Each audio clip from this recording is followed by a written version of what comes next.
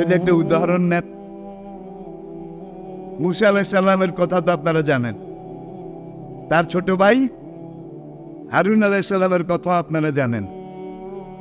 মুসা আলাইহিস সালাম কোহে দূরে গেছেন, গিয়ে বললেন ওয়াজআলনি ওয়াজিরাম মিন আহলি হারুনা আখি।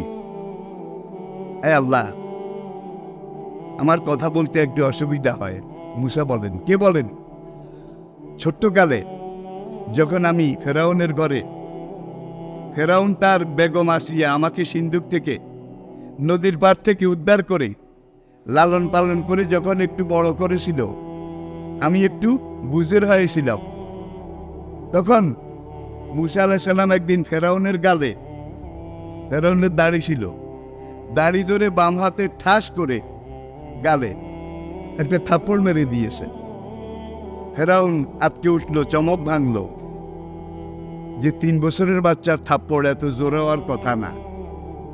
আর থাপ্পড়ে আমি যে অনুভূতি, অনুভব, যে ফিলিংস, এটা 3 বছরের বাচ্চার থাপ্পড় দিতে পারে না। এটার মধ্যে আরো কিছু আছে, আরো কিছু হাকিকত আছে নিশ্চয়ই। এটা আমার তাওরাত, জবুর, ইনজিলের গণকেরা, হুজুরেরা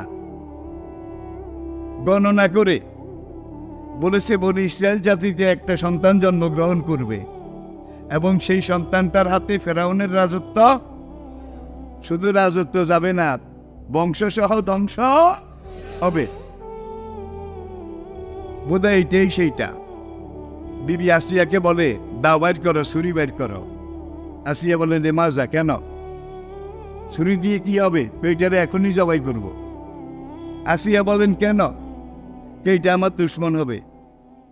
যে থাপ্পড় দিছে আমি খেয়েছি, আমি বুঝি তার থাপ্পড়ের অ্যাকশন, ভয়াবহতা কত কঠিন, এটাকে জবাই করে ফেলতে হবে। আসিয়া খুব নম্রতার সাথে, ভদ্রতার সাথে স্বামী ফেরাউনকে বলে, ওগো স্বামী আমার, ও আসলে কিচ্ছু বোঝে না। ভালো মন্দ, আপন পর, লাভ ক্ষতি, এগুলো বুঝার ক্ষমতা তার হয়নি। অনেক দূরে, অনেক দেরি আছে। ফেরাউনকে কেমনি বুঝলা? আচ্ছা, তাহলে একটা পরীক্ষা করাবো। তার সামনে একটা জ্বলন্ত আগুনের কয়লা, যেটা একবারে লাল টকটকে কয়লা, আর আরেক পাশে একটা সোনার চাকা। এই দুইটা জিনিস এনে রাখা হোক। যদি সে আগুন বাদ দিয়ে সোনাটা ধরে, তাইলে বুঝতে হবে সে ভালো মন্দ। আর যদি সোনা বাদ দিয়ে আগুনটা ধরে, তাইলে বুঝতে হবে ভালো মন্দ, লাভ ক্ষতি কিছুই বোঝে না। বিবি আসিয়ার এই কথায় ফেরাউনের টনক নড়ল, চমক ভাঙল। ফেরাউন বলল, তাই করা হোক। কথা মতো ওই 2টা পিরিচ, 2টা প্লেট, কস্তুরি, এটার মধ্যে মুসা আলাইহিস সালামের সামনে শিশু মুসা, এক পাশে কস্তুরিতে একটা টকটকে লাল সোনার চাকা, আরেক পাশে টকটকে লাল জ্বলন্ত একটা আগুনের আঙ্গার, এই 2টা রাখলো। শিশু মুসা আলাইহিস সালাম সোনার চাকের দিকে হাত দিতেছিলেন, জিবরাইল এসে হাত টেনে আগুনের দিকে দিছে। আল্লাহু আকবার। সোনার চাকাটা একটু চকচকে বেশি, মুসা সেই দিকে হাত দিছিলেন। জিবরাইল এসে শিশু মুসার হাতটা টেনে আগুনের উপরে দিছে। আগুনের কয়লা খপ করে ধরে আগ করে মুখের মধ্যে মুখে দিছে, মনে করছে কোনো খাদ্য। বিবি আসিয়া তাড়াতাড়ি তার মুখ থেকে এটা বাইর করে দিয়ে ওই পানিটা নিয়ে, এগুলো দিয়ে একটু ধুয়ে টুয়ে কয়, স্বামী দেখলেন তো? মুসা যদি সেই দিন সোনার চাক ঠিকই মুখে দিত, তাইলে কিন্তু ফেরাউনের কাছে ধরা খেত, ঠিক কিনা বলেন? তাহলে নবীরা কার ইঙ্গিতে চলে, কার ইশারায় চলে, কার নির্দেশে বলে? নবীদের প্রত্যেকটা কথা, কাজ, আচার আচরণ আল্লাহ কর্তৃক নির্বাচিত এবং নির্ধারিত। জিহ্বা পড়ে গেছিল। এখান থেকে মুসা আলাইহিস সালাম একটু তুতলা। 1, 2, কথার মধ্যে একটু জড়তা, অস্পষ্টতা। রব্বিশ রাহলি সদরি ওয়াইয়াসসিরলি আল্লাহ, তুমি আমার জন্য আমার কাজগুলো সহজ করে দাও। অহলুকতাতাম মিন লিসানি, আমার জিহ্বার মধ্যে যে একটা আগুনের পোড়ার ক্ষত আছে, আমি যে স্পষ্ট করে কথা বলতে পারি না, এটা তুমি দূর করে দাও। শিশুকালের পোড়ার দাগ সারা জীবনেও কিন্তু যায় না, দূর হয় না। মুসার এটা থেকেই গেল। তুর পাহাড়ে আল্লাহ যখন মুসা আলাইহিস সালামকে ডেকে তাওরাত কিতাব দিলেন, ইব্রানি ভাষায় তাওরাত কিতাব লেখা ছিল, হিব্রু ভাষায়, হিব্রু ইব্রানি ভাষায়। তাফসীরে লেখে জমরুদ কাঠের কাষ্ঠফলক, তক্তা তক্তা, জমরুদ কাঠের তক্তির মধ্যে এই তৌরাত কিতাব আল্লাহ রাব্বুল আলামিন লেখে জিবরাইলের দ্বারা তুরে একবারে 70 উটের বোঝা ছিল। এই কাঠগুলো যেগুলোতে তাওরাত লেখা ছিল, হিব্রু ভাষার তাওরাত, 70 উটের বোঝা ছিল একবারে দিছে। আর আমাদের নবীকে পবিত্র কোরআন আল্লাহ একবারে দিছে 23 বছরে। 23 বছরে। কারণ কি? সানুল কি আলাইকা কাউলান, এ নবী ওহির আগে প্রথম শুরু পূর্বাভাস, আল্লাহ বলে আপনার উপরে আমি এমন এক বাণী লহে মাহফুজ থেকে নাজিল করব, যেটা দুনিয়ার সব কিছুর চাইতে ভারী। নবী যুদ্ধে যাচ্ছেন, উটের পিঠে আছেন, জিবরাইল এসে সিগন্যাল দিল। বুখারী, কাইফা কানা বাদুল ওহী ইলা রাসূলিল্লাহ সাল্লাল্লাহু আলাইহি ওয়াসাল্লাম, জিবরাইল এসে সিগন্যাল দিল। কা সিলসিলাতিন জারসে, লোহার শিকল একটার সাথে একটা এইভাবে লাগাইলে ঝনঝন যে একটা আওয়াজ হয়, জিবরাইল ওহী নিয়ে আসার আগে এই ঝনঝন আওয়াজ হয়। নবীজি বুঝে যেতেন যে জিবরাইল ওহী নিয়ে আসতেছে। তাড়াতাড়ি ঘোড়ার পিঠ, উটের পিঠ থেকে নেমে পাশে একটা পাহাড়ের ডালে নবীজি একটা চাদর মোড় দিয়ে শুয়ে যেতেন। এই শোয়া অবস্থায় কয়েকটা আয়াত জিবরাইল নাজিল করে চলে যেতেন। কিছুক্ষণ পরে হুজুর উঠতেন শোয়া থেকে, আর হুজুরের কাছে একবার যখন জিবরাইল তেলাওয়াত করে নাজিল করে চলে গেছে, হুজুরের কিন্তু সঙ্গে সঙ্গে মুখস্থ হয়ে গেছে। বলবেন যে হুজুরের তো হইছে, আমাদের তো হয় না। এখনো চেষ্টা করলে হয়। ওআইসির হিসাব অনুযায়ী বর্তমান পৃথিবীতে 4,34,00,000, রিপিট, 4,34,00,000 আন্তর্জাতিক মানের হাফেজে কোরআন জীবিত আছে। 4,34,00,000 আন্তর্জাতিক মানের। আন্তর্জাতিক মানের কথাটা এই জন্য বলেছি, যারা আন্তর্জাতিক হেফজুল কোরআন প্রতিযোগিতায় দাঁড়িয়ে বিসমিল্লাহির রহমানির রহিম থেকে শুরু করে মিনাল জিন্নাতে অনাসি, এক দালানোতে 30 পারা কোরআন তেলাওয়াত করে শেষ করে, একবার একটা লোকমাও লাগে না। আমাদের আবশ্যক কিন্তু লোকমা লাগে, ঠিক না?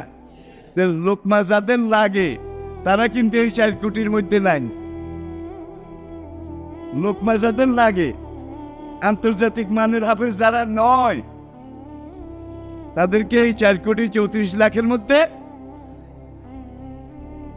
ধরা হয় নাই। তাহলে কত কোটি আছে? আচ্ছা, কোরআনের আগের আসমানি কিতাব ইনজিল ঈসা আলাইহিস সালামের উপরে সুরিয়ানি ভাষায়, সুরিয়ানি ইনজিলের ভাষা, ইনজিল কিতাবের হাফেজ সাহেব কয়জন আছে? থাকলে কম, কিতাবে নাই। যেগুলো আছে এক একটা এক এক রকম, এক একটা এক এক রকম, এক এক দেশে এক এক রকম, এক এক সংস্করণে এক এক রকম, এক এক ছাপাখানার এক এক রকম। কিন্তু বাংলাদেশের একজিল কোরআন আর ল্যাটিন আমেরিকার একজিল কোরআন, দুইটা একত্র করেন, দুইটা দুই রকম। আল্লাহু আকবার, আল্লাহু আকবার। কোরআনের সবচেয়ে বড় বাহাদুরি এইটা। ওয়াতাইনা দাউদা জাবুরা, দাউদ আলাইহিস সালামকে আমি জাবুর কিতাব দিয়েছিলাম। আজকে জাবুর কিতাবের কোন হাফেজ? মুসা আলাইহিস সালামের তাওরাতের একজন হাফেজ সাহেব বোধহয় ইহুদি জাতির মধ্যে আছেন, একজনও নাই। আসলে জিনিসগুলো এমন যেগুলো মুখস্থ করা সম্ভব নয়। আমাদের পার্শ্ববর্তী দেশ, যারা তাদের ধর্মটাকে বলে সনাতন ধর্ম, দুনিয়ার সবচেয়ে পুরাতন প্রাচীন বিশুদ্ধ ধর্ম, সত্য যুগে, ত্রেতা যুগে, দাপর যুগে, এখন কিন্তু কলির যুগ।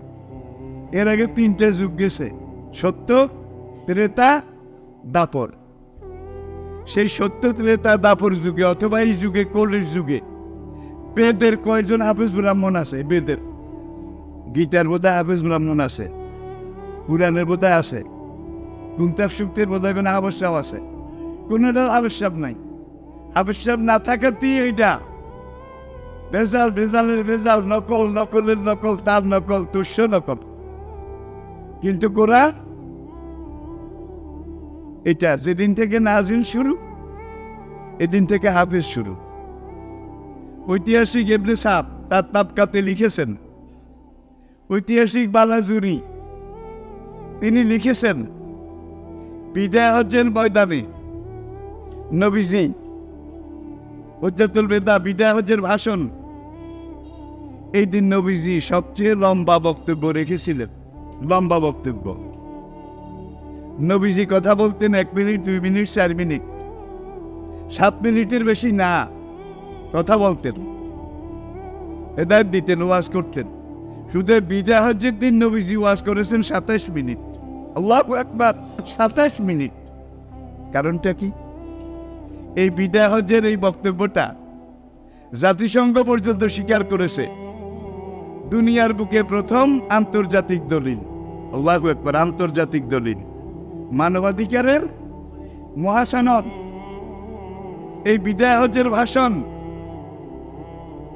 তো আমি মুসা আলাইহিস সালামের কথা বলছিলাম, এটা বলতে গিয়ে একটু আবার বেড়ে গেছে, এবং আমার এই বাড়ার কারণ মুসা আলাইহিস সালামের কিতাব নামে আছে, কামে নাই। ঈসা আলাইহিস সালামের কিতাব নামে আছে, কামে নাই। দাউদ আলাইহিস সালামের কিতাব নামে আছে, প্রাচীন ভারতের আর্যাবর্তের সত্য, ত্রেতা, দাপর যুগের বেদ, গীতা, উপনিষদ এগুলোর নামে আছে, কামে নাই। একমাত্র কোরআন নামেও আছে, কামেও আছে, নামেও আছে, কামেও আছে। এটা কোরআনের সবচেয়ে বড় বৈশিষ্ট্য। সবাই পড়ি আলহামদুলিল্লাহ। এখন মুসা আলাইহিস সালাম কোহে তুরে আল্লাহ যখন বললেন, মুসা তোমাকে আমি বাছাই করলাম, এখন থেকে এতদিন তুমি ছিলে ব্যক্তি মুসা, আর আজকে এখন থেকে তুমি নবী মুসা। এখন আর তুমি ব্যক্তি মুসা নও, তুমি নবী মুসা। আমি তোমাকে বাছনি করেছি, তুমি তোমার জাতির কাছে গিয়ে ইসলামের দাওয়াত দাও। এই তাওরাত কিতাব তোমাকে দিলাম, এই কিতাবের ভিত্তিতে বনি ইসরায়েলদেরকে তুমি তাওহীদ, রিসালাত, আখিরাতের দাওয়াত দাও। মুসা বললেন, রব্বুল আলামিন দাওয়াত দিতে হইলে তো মুখের কথাগুলা খুব স্পষ্ট হওয়া লাগে। আমি তো কথাগুলা বলি তোতলাইয়া তোতলাইয়া, লেয়াইয়া লেয়াইয়া, আমার কথার উচ্চারণ ভালো হয় না, কারণ জিহ্বার মধ্যে আগুনের পোড়া দাগ আছে। হারুন আখি, আমার ছোট ভাই হারুন, সে কিন্তু ভালো ভালো কথা বলতে পারে, তার কথার মধ্যে কোনো জড়তা, দুর্বলতা নাই। রব্বুল আলামিন আমাকে যদি এই নবুয়তের দায়িত্ব দিয়েই থাকো, তাহলে আমার ছোট ভাই হারুনকেও তুমি নবী করে দাও। দেখছেন, আল্লাহ বললেন তাই হবে। এখন থেকে তুমিও নবী, তোমার ছোট ভাই হারুনও নবী। দেখছেন, নিজেও নবী। আর সেই কোহে তুরি দাঁড়িয়ে আল্লাহর সাথে যখন কথাবার্তা হচ্ছিল, তখন ছোট ভাই হারুনকেও নবুয়ত কনফার্ম করে নিয়েছেন যে নবী, সেই নবী সাইয়েদনা মুসা। কোহে তুরে যাওয়ার সময় হারুনকে একদিন আল্লাহ যখন ডাকলেন, অন্যবার, দ্বিতীয়বার, পরের বার, তখন মুসা বললেন, আমি কোহে তুরে যাই, আল্লাহ আমাকে সেখানে ওয়াইজ ওয়াদনা মুসা আরবাঈনা লাইলাতান, সবগুলো কিন্তু কোরআনের আয়াত। আমি অনেকগুলো আয়াত বলছি না। এখন হারুনকে বলছে তুই এগুলাকে দেখে দেখে একটু সুন্দর করে রাখ, এরা যেন আল্লাহর দেওয়া, আমি নবীর আনা, তোমার আর আমার রেসালতের নবুয়তের পথ থেকে সরে না যায়, একটু দেখে দেখে রাখ। হারুন বললেন ভাইজান তাই হবে। মুসা চলে গেলেন। 40 দিন পরে আসার কথা। কি দেখেন, কোরআনের কথা কোনো শেষ আছে? আর বাইনা লাইলা 40 দিনের জন্য গেছে। 39 দিন যখন শেষ, 40 দিন আল্লাহর সাথে কত কথা, কত লেনদেন, কত হ্যান্ডেলিং, কত আদান প্রদান। মুসার মধ্যে একটা ভাব জাগ্রত হলো। মুসা বললেন রব্বুল আলামিন তুমি তো খুব কাছে, একেবারে কাছে এসে গিয়েছো, আমার সাথে কথা বলছো, আমাকে নির্দেশ দিচ্ছ। রব্বুল আলামিন রব্বে আরনি উনজুর ইলাই, ওগো আমার রব তুমি একটিবার আমি মুসাকে দেখা দাও, তোমাকে আমি একবার তোমার আসল রূপে দেখতে চাই। আল্লাহ জবাব দিলেন নাম তারানি, আমাকে দেখার হ্যান্ডম কি, আমাকে দেখে সামাল দেওয়ার, সহ্য করার ক্ষমতা তোমার নাই। মুসা আবার কর রব্বে আরনি উনজুর ইলাই। নবীদের মধ্যে একটু একরোখা মেজাজি ছিলেন, মেজাজি, যেই কথা বলতেন কাঁচা হলে আল্লাহ কইছি এটা আর ফিরাবো না, কথার কথা আর কি, সেই এটা কিন্তু ওয়াজ না। একটা উদাহরণ দিলাম বুঝার জন্যে। মুসা আলাইহিস সালামের তবিয়তের মধ্যে তিলকার রসুল ফাদ্দালনা বাদহুম, এক এক নবীর এক একটা বৈশিষ্ট্য ছিল। মুসা আলাইহিস সালামের তবিয়তটা এমন ছিল যেটা বলতেন সেটা হওয়াইয়া ছাড়তেন। এখন আল্লাহ কালাম তারা নিয়া মুসা তুমি আমাকে দেখে সামলাইতে পারবে না, কারণ বলে আল্লাহ মনে বুঝাইতে পারি না, একটু দেখা দাও। আল্লাহকে না পারবা না, কয় না একটু একটু মনে 3বার যখন কয় দেখা দাও, আল্লাম্মা তাজাল্লা রাব্বুহু আলাল জাবালে দাক্কাউ ওয়া খাররা মুসা সায়কা। আল্লাহু আকবার। আল্লাহ পাক তার নূরে তাজাল্লির অনন্ত অনন্ত কোটি কোটি ভাগের এক ভাগ কুয়ে তুরে নাজিল করলেন। নাজিল করার আগে বললেন মুসা অরিজিনাল আমি আল্লাহকে দেখার আগে আমার যে জ্যোতি, আমার যে নূর, এই নূরের অনন্ত কোটি ভাগের এক ভাগ আমি তোমার অনুরোধ ক্রমে কোটি কোটি ভাগের এক ভাগ আমি খোদার নূরের তাজাল্লি, এটা তোর পাহাড়ে আমি নাজিল করলাম, তুমি এইটার দিকে আগে তাকাও। এরপর আল্লাহকে ভাইলেস তাকাররা মাকা নাকা, এই কোটি কোটি ভাগের এক ভাগ আমি আল্লাহর নূরে তাজাল্লি দেখে তুমি যদি নর্মাল থাকো, নর্মাল না হও, স্বাভাবিক থাকো, অস্বাভাবিক না হও, আশা তারা আনি সবগুলো করে দেয়, তাহলে আমি আল্লাহ সশরীরে সমর্থিতে তোমার আরজ, তোমার অনুরোধ মতো তোমার সামনে দেখা দেব। মুসাকে হ হ হ রব্বুল আলামিন ঠিক আছে, অনটেস্ট দাও, তোমার নূরের তাজাল্লি দাও, আগে এইটা চাইয়া লই, এটা দেখে যদি আমি ঠিক থাকতে পারি তাহলে তো তুমি অরিজিনালি আমার সাথে দেখা করবে। আল্লাহ বললেন হ্যাঁ। আল্লাম্মা তাজাল্লা রাব্বুহু আলাল জাবাল, আল্লাহ ওই তুরের উপরে আল্লাহ পাকের খোদাই জ্যোতি, আল্লাহর নূর কোটি কোটি অনন্ত কোটি ভাগের এক ভাগ অন টেস্ট যখন নাজিল করলেন দাক্কাউ ওয়া খাররা মুসা সায়কা, করে এক চিৎকার দিয়ে মুসা বেহুশ হয়ে গেলেন। ভাই এক বেহুশে 40 দিন, পুরো এক চিল্লা, এক বেহুশে 40 দিন। 40 দিন পরে ফাল্লাম্মা আফাকা, মুসার যখন চেতনা ফিরে আসলো, জ্ঞান ফিরে আসলো, তখন মুসা বললেন সুবহানাকা তুবতু ইলাইকা, মহিয়ান গরিয়ান তুমি, পুত পবিত্র তুমি, আমি তোমার কাছে তওবা করি, আমার এই দেহ এই শোক নিয়ে দ্বিতীয়বার তোমাকে দেখার কোনো অনুরোধ আমি জীবনে করব না। মুসা আলাইহিস সালাম তাওরাত নিয়ে ফিরে আসলেন। 40 দিনের জায়গায় কত গেছে? 80 দিন। বনি ইসরায়েলের মধ্যে, বনি ইসরায়েলতে এক মুনাফিক নাম ছিল সামেরি, কোরআনে আল্লাহ তার নামও উল্লেখ করেছেন। আমা খাতাবুকা ইয়া সামেরি, সে ছিল একজন স্বর্ণকার। সে স্বর্ণ জমা করে বনি ইসরায়েলের এই স্বর্ণ মিশর থেকে আসার সময় যার যা ছিল সঙ্গে করে এনেছিল, এগুলাকে একত্রিত করে একটা স্বর্ণের গরুর বাছুর, কোরআন যেটাকে বলেছে ইন্নাকুম জালামতুম আনফুসাকুম বিত্তিকাজিকুমুল ইজলা, ইজলা হলো গরুর দেয়া, এই গরুর বাছুর। এখন গরুর বাছুর এইটা সামেরি বানাইছে, বানাইয়া টানাইয়া এখন কয় তোর মুসাও মিথ্যা, হারুনও মিথ্যা।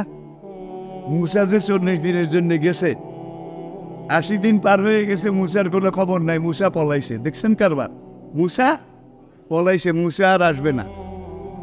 এখন আমি তোদের নেতা, তোদেরকে আমি যা বলি তোরা তা কর। হারুন মুসার খলিফা, প্রতিনিধি হিসাবে, সেকেন্ড প্রফেট হিসাবে প্রতিবাদ করলেন, বাধা দিলেন। কিন্তু বনি ইসরায়েলরা কয় তুমি যে খোদা এটার প্রমাণ দাও। সামেরি তার পকেট থেকে 4টা বালু, 1 ফুট বালু, এটা পকেট থেকে বের করে ওই গরুর বাছুর এটার মুখের ফাঁক করে ভিতরের দিকে মারলো। মারার সঙ্গে সঙ্গে গরুর বাছুর বা বা বা চিৎকার শুরু করলো। ভাই, সোনার তৈরি গরুর বাছুর মানে মূর্তি, এটা আম্বা আম্বা এটা করবে, এটা কি কল্পনা করা যায়? যখন গরুর বাছুর এটা আম্বা আম্বা করে চিৎকার শুরু করলো, তখন সামেরিকে এইটা তোকে আসল খোদা, দেখছ হাম্বা হাম্বা করে কিভাবে তোদেরকে আশীর্বাদ করে। তোরা যদি ভালো চাস, বাঁচতে চাস, তাহলে মুসা আর হারুন আলাইহিস সালামকে বাদ দে, তোদের খোদা হইলে এইটা। তোরা এখন মুসা আর হারুনের সেই খোদাকে বাদ দিয়ে এই গরুর বাছুর এটারে পূজা কর, এটারে সেজদা কর। সব গরুর বাছুরকে সামনে রেখে আমান তো আল্লাহ ইসলাম, আমরা গরুর বাছুরকে খোদা বলে মানলাম, আল্লাহু আকবার, সিজদায় পড়ে গেছে। হারুন বেচারা অনেক বাধা দিছে, কিন্তু এরা তো মেজরিটি, তিনি আর কুলে উঠতে পারলেন না। যখন মায়ের দমক টমক দিছে, তোর বড় ভাই পলাইছে, তুইও পলাবি, আমরা বুঝি, আমাদেরকে আর তোকা দেওয়ার চেষ্টা করিস না। বেচারা জানের বয়ে এক কিনারে গিয়ে বসে বসে কান্দে। মুসা আলাইহিস সালাম কোহের দূর থেকে ফিরে আসছে, এসে দেখে যে পুরা বনি ইসরায়েল তারা আল্লাহকে বাদ দিয়ে, তাওহীদ রিসালাত আখিরাত বাদ দিয়ে গরুর বাছুরের সামনে কি গঙ্গায় নমো, গঙ্গায় নমো, জগত্তারিণী মাতো, জগত্তারিণী মাতো, সবাই গরুর বাছুরের পূজা এটা করতেছে। মেজাজি নবী হারুনের যায় কই তুই কোথায় আসিলি? এখানেই আসিলাম। তুই তো একজন নবী, তোকে দায়িত্ব দিয়ে গেলাম। ওরা যে এইভাবে সব মুশরিক হয়ে গরুর বাছুরের পূজা করলো, গরুর বাছুরকে সেজদা করলো, তুই কি এটা দেখোস নাই? হারুনে কয় ভাই দেখছি, অনেক বাধা দিছি, অনেক কইছি, কিন্তু শেষমেশ তারা আমাকে হত্যা করবে, মেরে ফেলবে। মারার জন্য যখন আমার দিকে তেড়ে আসছে, তখন জীবন বাঁচানোর জন্য আমি দেখলাম এত মানুষের সাথে, কমপক্ষে 40,000 মানুষ, এত মানুষের সাথে আমি একজনে পারবো না, এই জন্য আমি এই কিনারে এসে বসে রয়েছি। মাথায় ছিল হারুনের বাবরি চুল, ভাই দচ্ছে চুল ধরে কিল রে কিল, ঘষি রে ঘষি। কে? মুসা আলাইহিস সালাম। ওই যে কইছি রাগী, মেজাজি, সবচেয়ে রাগী নবীদের ইতিহাসে সবচেয়ে রাগী নবী মুসা আলাইহিস সালাম। যখন রাগ করতেন, তার গায়ের পশমগুলা তুলা গাছের কাটার মতো দাঁড়িয়ে যেত। কোনো মানুষ কাছে গেলে পশমগুলো আরেকজনের গায়ে ঢুকে যেত। হ্যান্ডল কারে কয়? যখন তিনি রাখতেন, তার চোখের দিকে তাকিয়ে দেখার মতো কোনো বীর পুরুষ সেই জমানায় ছিল না। প্রিয় ভাইয়েরা, এইবার হারুন কি কত খাওয়া যায়, খালি কি দেয়, চুল ধরে কি দেয়। এখন কিল থেকে বাঁচার জন্য জাড়া দিয়ে কোনো রকম মাথাটারে ছড়াইয়া যখন যাওয়া শুরু করছে, মুসা ধরছে এইবার দাড়ি, লম্বা লম্বা দাঁড়িয়ে ছিল, এইবার দাড়ি ধরে কি দেয়। হারুন কান্দে আর কয় ইয়া ইবনা উম্মে, আয়াত কোরআন, আপনি তো আমার মায়ের পেটের আপন ভাই, আমি আপনার ছোট ভাই, লা তাসমেদ বিলা আদা, আপনি যদি এইভাবে এখন চুলের মুঠি আর দাড়ি ধরে আমাকে কিলাম, ওই মুশরিক বনি ইসরায়েল যেগুলো গোমরা হয়ে গেছে, ওরা বলবে যে এইবার মৌলবি লাগছে। মৌলবী লা তাসমিদ বিল আদা।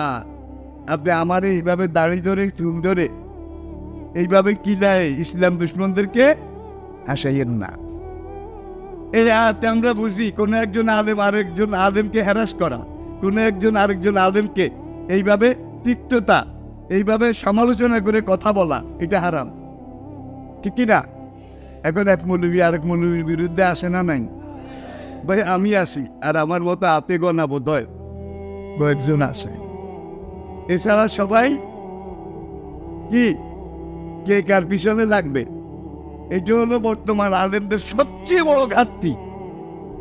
আলেম যারা রয়েছেন শুধু বাংলাদেশ নয়, সারা বিশ্বের ওলামায়ে কেরাম, আপনারা ওয়ারাসাতুল আম্বিয়া, আপনাদের কাছে আমি অনুরোধ রাখছি যে আপনারা এক কণ্ঠে কথা বলুন, এক ভাষায় কথা বলুন। তাওহীদ, রিসালাত, আখিরাত দুইটা নয়, একটা। বিশ্বাস একটা। এমনভাবে আমরা কথা বলি, আপনারা কথা বলেন, যাতে আমাদের কথা শুনে মুসলিম উম্মাহ ভাগ না হয়ে যায়, ছিন্ন বিচ্ছিন্ন হয়ে না যায়, বরং বুনিয়ান ও মার্সুস হিসাবে সব একত্র হয়ে যায়। এটা আলেমদের জন্য দরকার।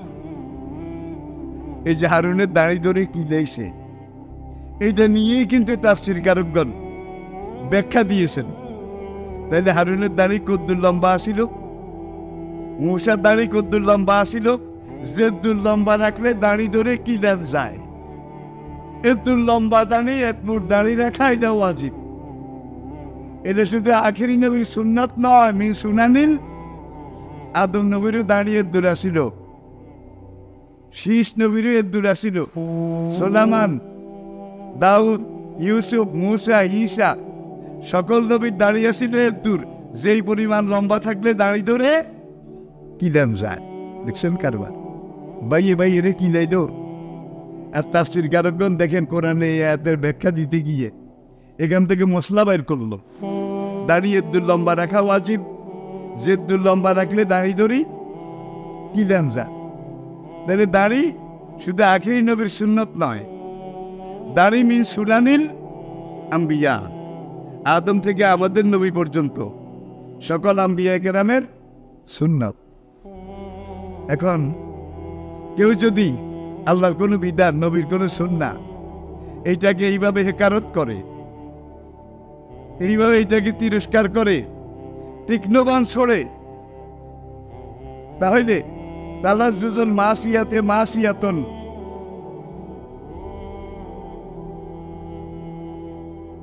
তাআবুনুল মাসিয়াতে মাসিয়াতুন, গুনার কাজে সহযোগিতা করা কবিরা গুনাহ, ও তালাজ্জুজু বিহি কুফরুন।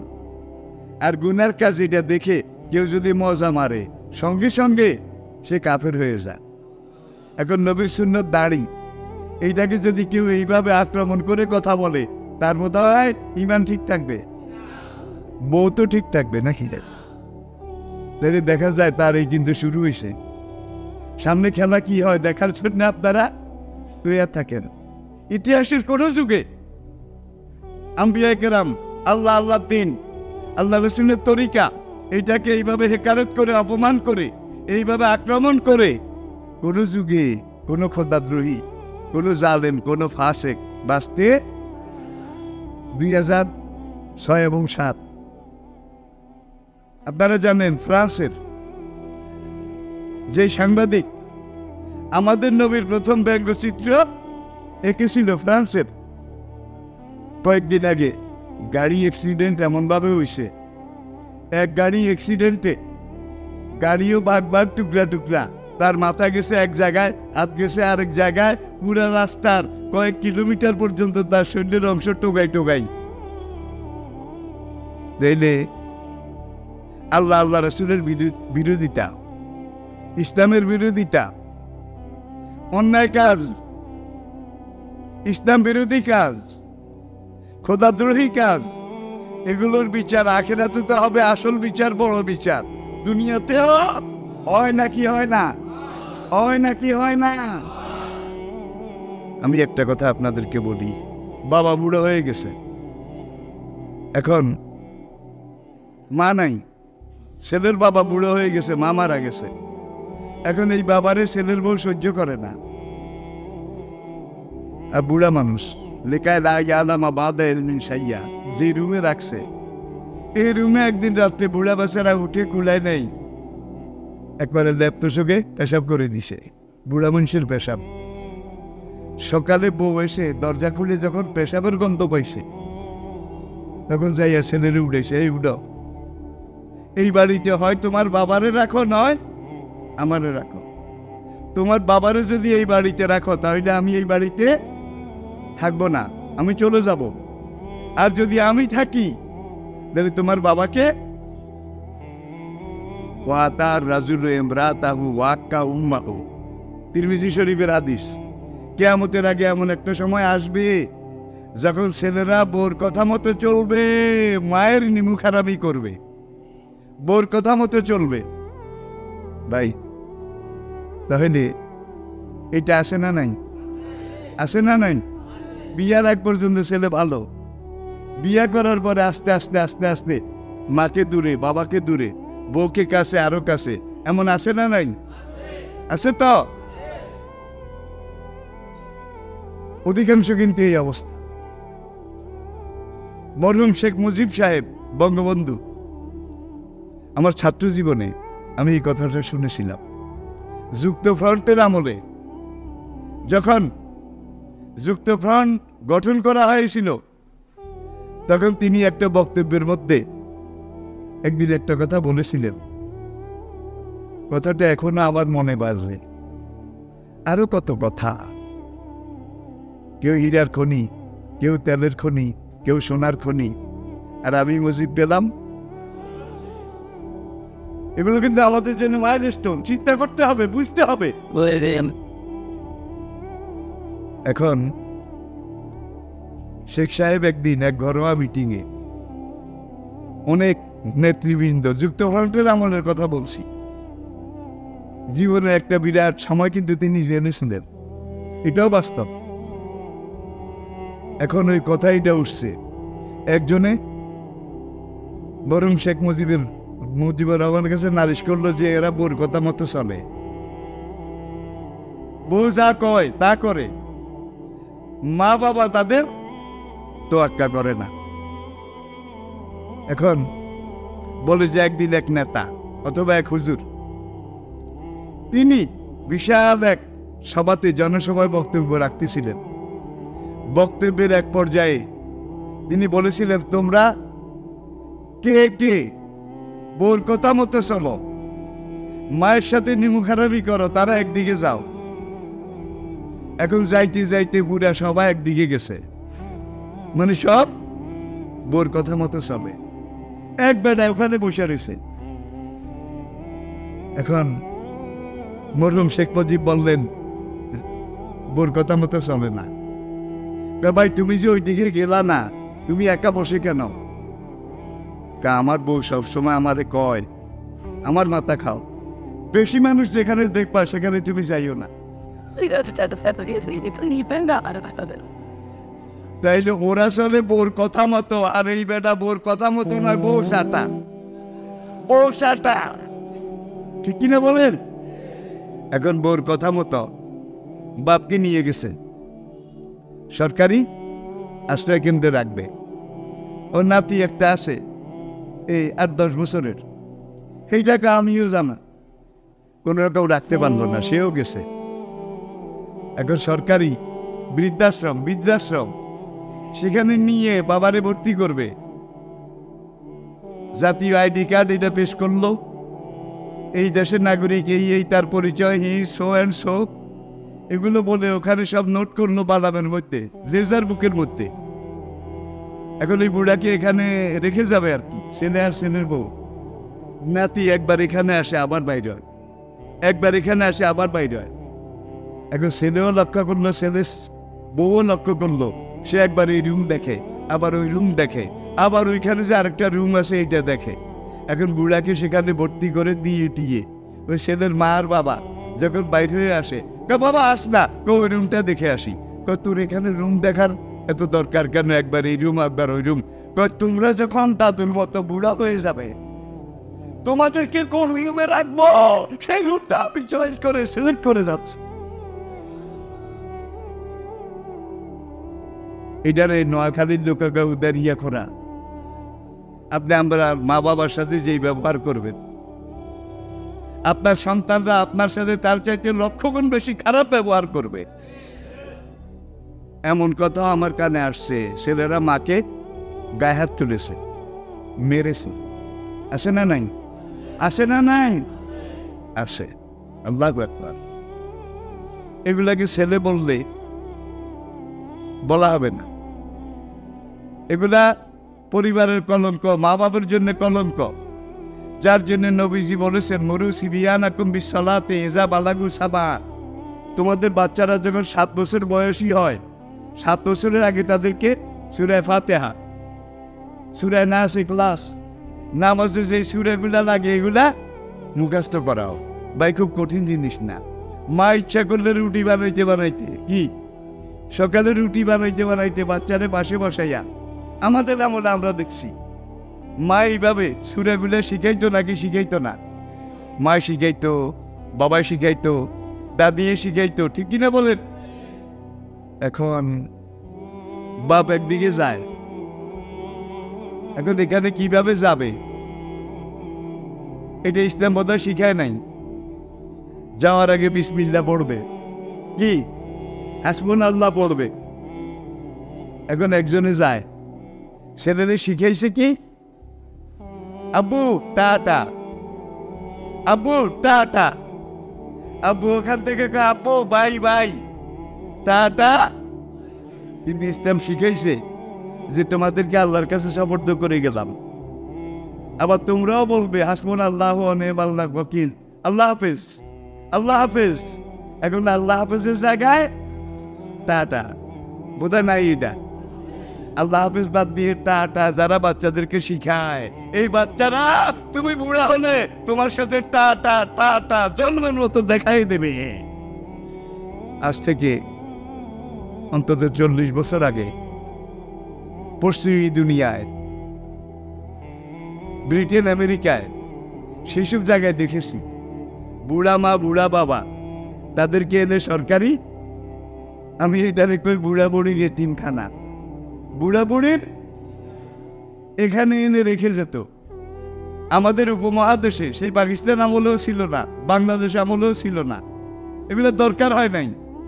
কারণ মা বাবা বুড়ো হলে দায়িত্ব কার? সন্তানের, ঠিক কিনা বলেন? এখন তুমি সন্তান যদি মা বাবার সাথে খারাপ ব্যবহার করো, তোমার সন্তান তোমার সাথে এর চেয়ে লক্ষ গুণ বেশি। তুমি মার গায়ে হাত তুলেছ, মাকে একটা থাপ্পড় দিয়েছ, এই থাপ্পড়ের বিনিময়ে তোমার ওরজাত সন্তান তোমাকে বুড়ো হলে লক্ষ লক্ষ বার লাথি মারবে, সে থাপ্পড় দেবে না। Tit for tat, as you sow so will you reap. এটাই যেমন কর্ম। সুতরাং আমরা ইসলামকে বুঝি, আল্লাহকে বুঝার চেষ্টা করি, রাসূলকে বুঝার চেষ্টা করি, কোরআন এটাকে বুঝার চেষ্টা করি, কোরআনকে শিখার চেষ্টা করি। আমাদের বাচ্চাদের পেটে আমরা আগে কোরআন ঢুকাইয়া দিই, আগে কোরআন, আগে যদি কোরআন ঢুকাইয়া দেন, কোরআন শিখান, এই বাচ্চাকে পরে স্কুল কলেজ ভার্সিটি যেখানেই পড়ান আগে কোরআন ঢুকাইছেন, আল্লাহর কসম এটা বেনামাজি হবে না, এই সন্তান নাস্তিক হবে না, এই সন্তান ঘুষখোর হবে না, সুদখোর হবে না। কারণ কি? আগে কোরআন ঢুকেছেন। কোরআনে একটা বরকত আসে না নাই? আসে না নাই? তাহলে এই কোরআন আবর্জনা দূর করে, জান্নাত এটা কাছে নিয়ে আসে। সুতরাং বাচ্চাদেরকে আগে কোরআন শিখাই, এরপরে আসুন। আমি গেল জুমায় আপনাদেরকে বলেছি, আমাদের আশেপাশে ডাইনে বামে অমুসলিম যারা আছে, সংখ্যালঘু যারা আছে, তারা আমাদের ভাই, প্রতিবেশী, আপনজন, আমাদের বন্ধু। আমরা যেন তাদেরকে আর চোখে না দেখি। এটাতে রাজি আছেন সবাই? বাজি আছেন? আসেন। আরে ভাই, এখানে আপনি একটা রায়ত লাগাইয়া দিয়া, এখানে 2 কোটি অমুসলিম আছে, ওই সনাতন ধর্মাবলম্বী, খ্রিস্টান আছে 2 লাখের কাছাকাছি, ইহুদি আছে 100 নাই, তারও কম, বৌদ্ধ আছে লাখের কিছু বেশি। তাহলে তারা অমুসলিম, তারা সংখ্যালঘু। যে নফসিকা আলাইকা হাক্কুন, তোমার নফসের একটা হক তোমার উপরে আছে। বলে জাওজাতিকা আলাইকা হাক্কুন, তোমার বিবির একটা হক তোমার উপরে আছে। বলে আওলাদিকা আলাইকা হাক্কুন, তোমার ছেলেমেয়ের একটা হক তোমার উপরে আছে। বলে জিরানিকা আলাইকা হাক্কুন, তোমার আশপাশে পাড়া প্রতিবেশী তাদের একটা হক তোমার উপরে আছে।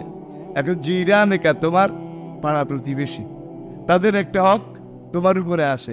নবী এটা বলেন নাই পাড়া প্রতিবেশী মুসলমান যারা তাদের উপরে তোমার হক আছে, এটা বলেন নাই পাড়া প্রতিবেশী চাই মুসলমান হোক চাই। এরপরে ইসলাম বলেছে আপনার টাকা পয়সা হয়েছে অনেক টাকা, আপনি একটা বিল্ডিং করবেন, আপনার জায়গায় আপনি বিল্ডিং করবেন, আপনার হক আছে, আপনার অধিকার আছে। কিন্তু এই বিল্ডিংটা করার সময় আপনি বিল্ডিং এর এই যে স্থাপত্য আর বিল্ডিং এর দেওয়াল এত উঁচা করতে পারবেন না, যেহেতু উঁচা করলে আপনার পাশে একজন প্রতিবেশী তার বাড়িতে আলো বাতাস কি সাংঘাতিক চিকন কথা, কিন্তু আপনার পাশের বাড়িওয়ালার আলো কমে যায়, বাতাসও কমে যায়। আপনি বাড়ি করেন, আপনি বিল্ডিং করেন, কিন্তু আপনি এমন কিছু করতে পারবেন না যাতে করে আপনার প্রতিবেশীর আলো বাতাস। দেখছেন কারবার।